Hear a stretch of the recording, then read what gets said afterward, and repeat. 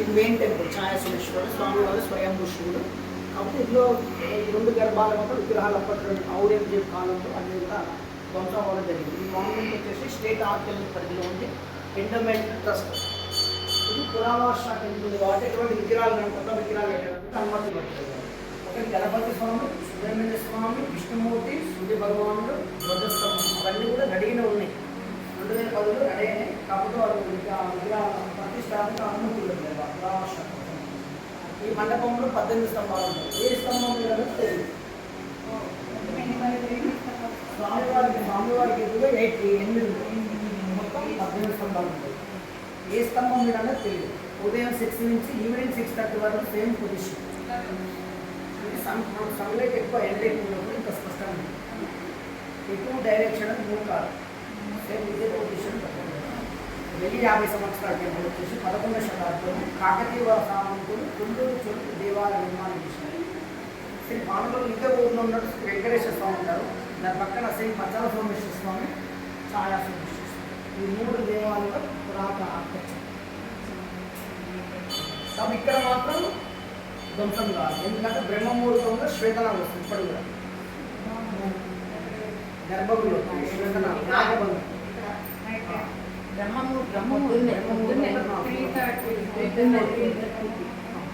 సోమసూత్రం ద్వారా వస్తుంది సార్. గుడి వెనుకల్లో బయట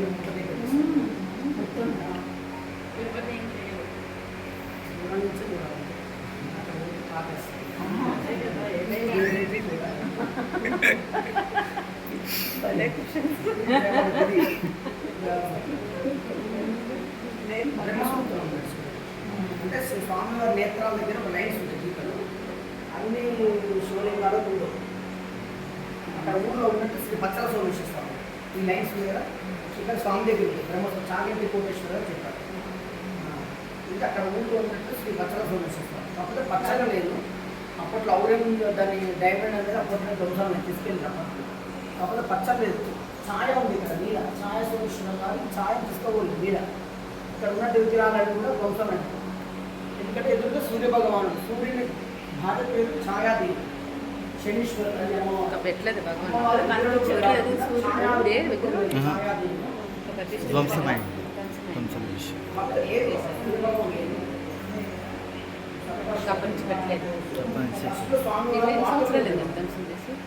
అప్పట్లో చాలా ఔరంగజేబు ఆయన పరిపాలననే ధ్వంసమైంది.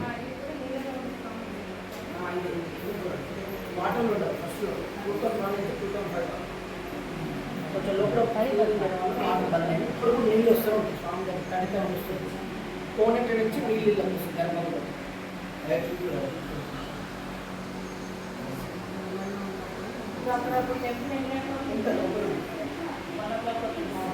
ఇవన్నీ గుడి మందులు పూజ కార్యక్రమం. ఇక్కడ అష్టదీపాలు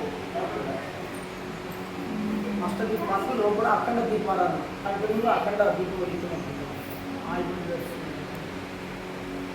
ఇదంటే స్టోన్ అప్పటి బ్లాక్ బసాల్ట్ మెటల్ సౌండ్స్ వస్తాయండి. పాయింట్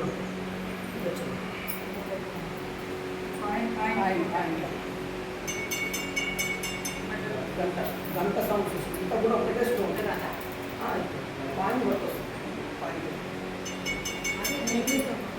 గంట సౌండ్ హోమని శబ్దం వచ్చింది. కాకపోతే ఎందుకు కూడా